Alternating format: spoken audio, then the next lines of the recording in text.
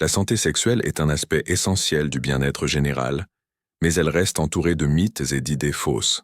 Par exemple, après l'ovulation, un ovule femelle reste fertile pendant seulement 24 à 48 heures, tandis que le sperme mâle peut survivre dans l'appareil reproducteur féminin jusqu'à 48 heures et, dans certains cas, jusqu'à 8 jours.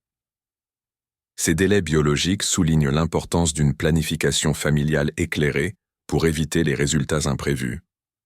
Au-delà de la fertilité, le maintien de la santé sexuelle implique des pratiques simples mais efficaces. Par exemple, il est recommandé d'uriner peu de temps après un rapport sexuel pour minimiser le risque d'infection urinaire, IVU.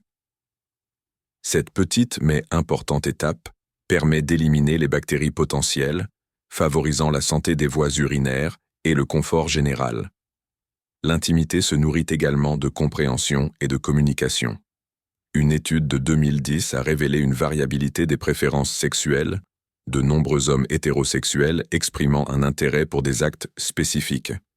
Cela souligne la nécessité d'un dialogue ouvert entre partenaires pour favoriser une connexion et une satisfaction plus profonde. En ce qui concerne la sécurité, un tiers des Britanniques déclarent avoir subi des blessures pendant l'activité sexuelle. Ces statistiques nous rappellent qu'il faut privilégier le consentement et la prudence afin de garantir une expérience agréable et sûre pour toutes les personnes concernées. De plus, l'utilisation d'accessoires tels que des jouets sexuels comme des vibromasseurs est devenue de plus en plus courante. Environ 37% des femmes déclarent les utiliser régulièrement avec leur partenaire pour améliorer le plaisir et l'intimité.